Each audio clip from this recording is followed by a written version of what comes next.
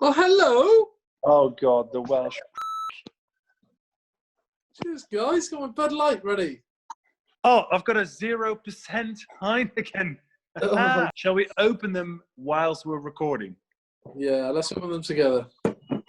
This, my friends, one of the finest brands of beer in the world, the 0% version. Thank you very much. Jamie, what have you got? Tim, Bud Light. Cheers, mate. How are you? How's Edinburgh? It's bloody boring, mate. How are you? Why is it so boring? Well, as you may have noticed, I got into property development, which is all fun and game when you can develop property, but when you can't, it's extremely boring.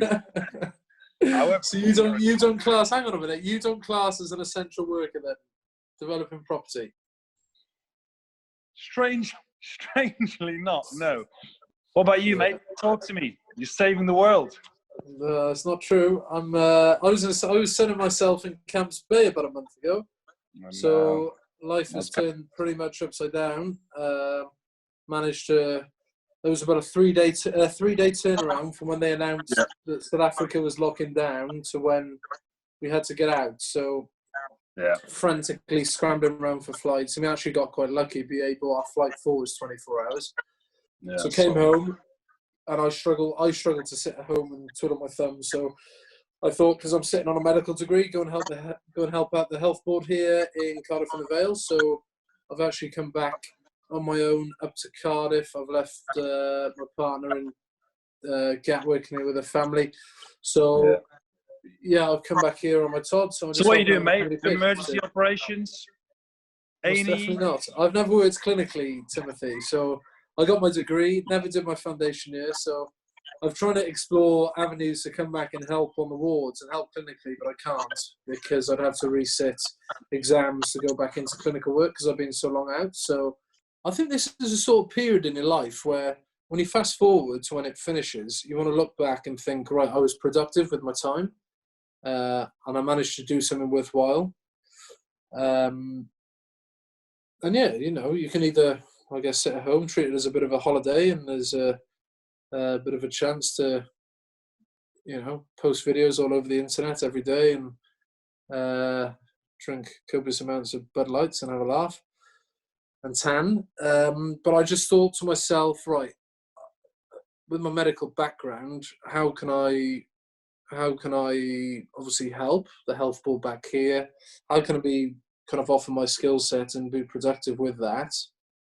And I'm enjoying it. I'm enjoying, going out every day and being out the house and learning and challenging myself in a different capacity. And that's enjoyable. I'm going to take up a few of the modules on my MBA now, get that work done, because this is probably the best time to do it. Because obviously we're not in rugby training, so things that were the kind of hovering in the background can now come to the foreground, and you just kind of get that done. And as I said, when this thing is finished, can reflect on this time and know when I've been productive.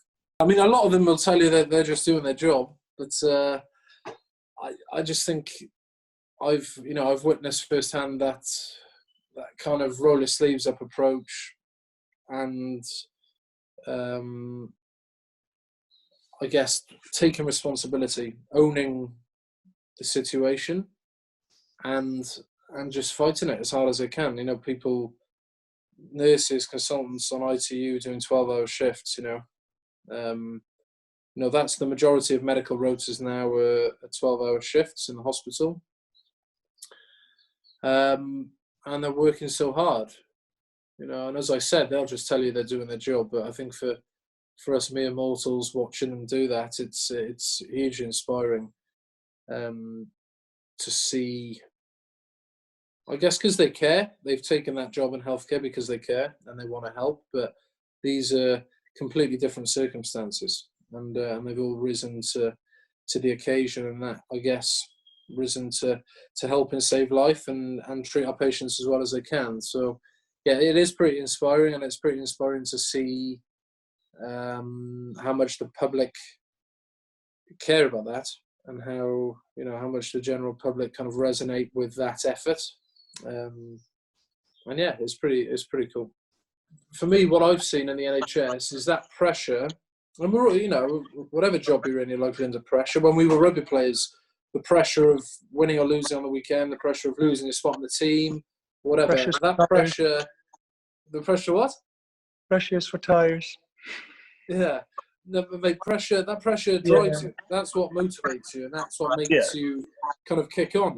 Everyone has to have that bit of pressure. It's a good thing. Yeah. And from what I've seen in the kind of different teams in the Cardiff and Vale NHS, that pressure has driven people to achieve unbelievable things.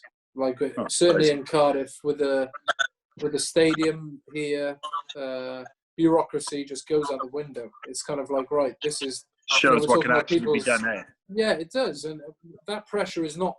It's not financial. It's not, pressure of losing a job or whatever. It's the pressure of health, and health matters more than anything.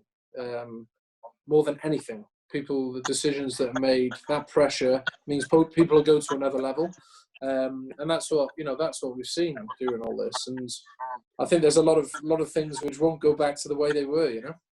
We are here to talk about rugby and a specific match, I believe, which when it was proposed to us, we both couldn't remember the game itself. You got knocked out. I got knocked out cold, by a horrific late tackle. I say late tackle, high tackle. Which game was this? We were playing Wasps Champions Cup. I'm pretty sure it was like round 5 or round 6 that year. Yeah. And I don't think we could qualify. Am I right? No, I don't think we did. I just remember we were struggling in the league, and we needed something to kickstart that off. And I think the game started pretty horrifically. Yeah, it was awful, mate. I think we were 14-0 down after about 10 minutes, and we just did not manage the game well at all. No. And we were staring down the barrel of a 40 or 50 pointer. Wasps at the time were a really good attacking side. They still are. And they come down to the stoop, and that first 20 minutes, half hour, they blew us off the park. And we were chasing shadows, weren't we, if I remember? I saw some of the defensive work. Now, don't get me wrong, I've put some shoddy defensive work in at times. At times, throughout your career. The whole team, we seem to be only defending one half of the pitch. They had about 40 meters to score at one point. And they obviously did as well as clinical as they were at the time. However, that wasn't the end.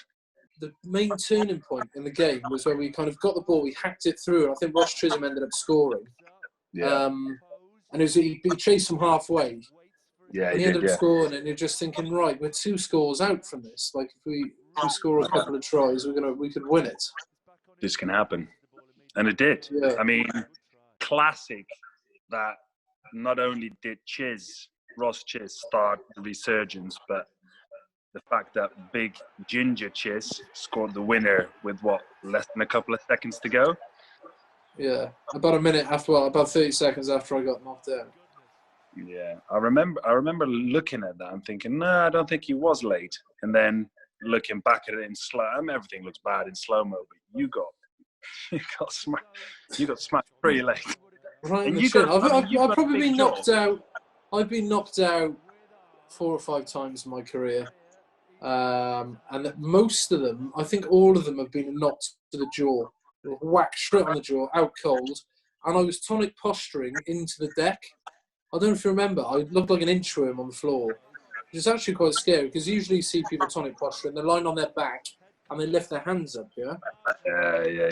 But I was actually face planted into the floor with my legs bent, and I'm tonic posturing into the deck. Which was pretty scary. And then I came round. I remember walking off the pitch and Haas coming over and apologising. He just got his height completely wrong. But yeah, it was in the end a good win for us, because to come back from where we were. Yeah.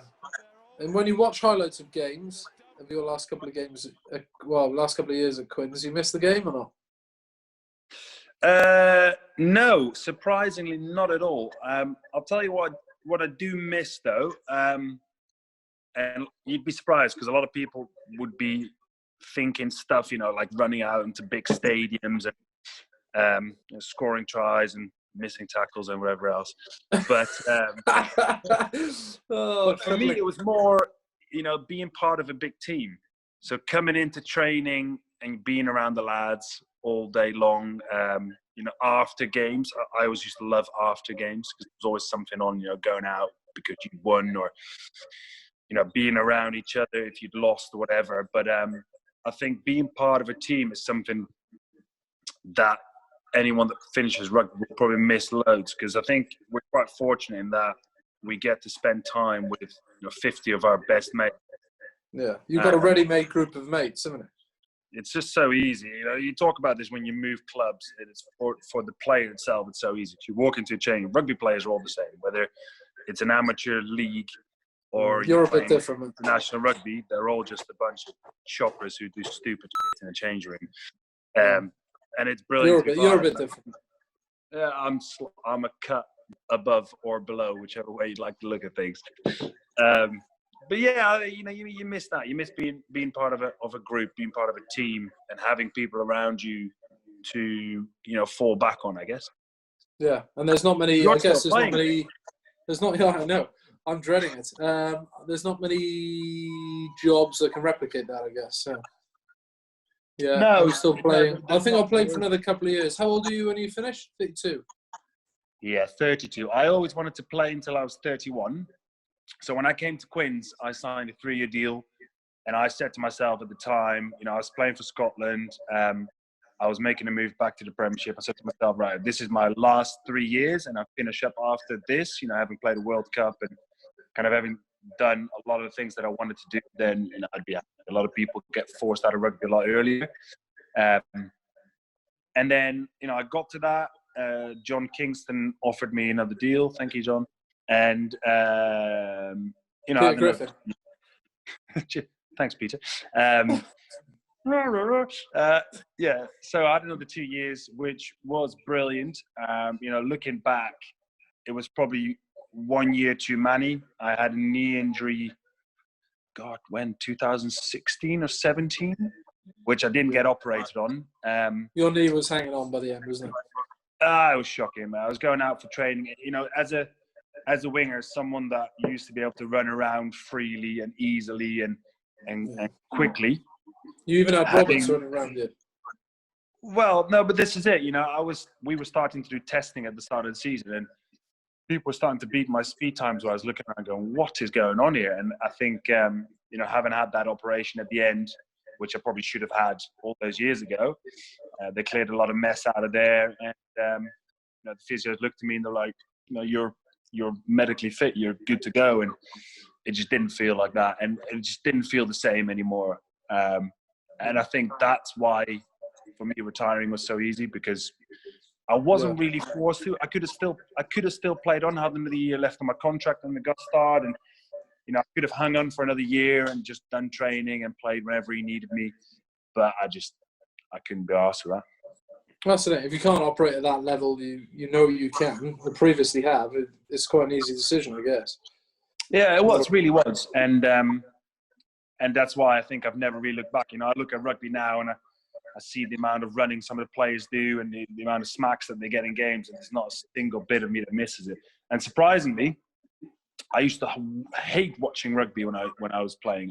I never watched it. You forced me to do a video analysis. I absolutely hated it.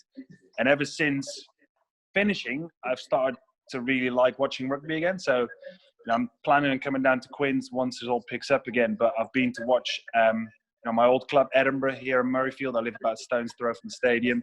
I've gone to watch Scotland games, and there's no jealousy. There's no like, oh, I wish I was still playing. It's just kind of like, this is amazing to watch, which is actually quite nice. Yeah. Well, when you go down to Quins, give me a call, mate, because I'll be there. Unless I'm out in Cape Town, we'll go out and have a few beers in Richmond. Only one thing left me to say to you. Goodbye. Top man.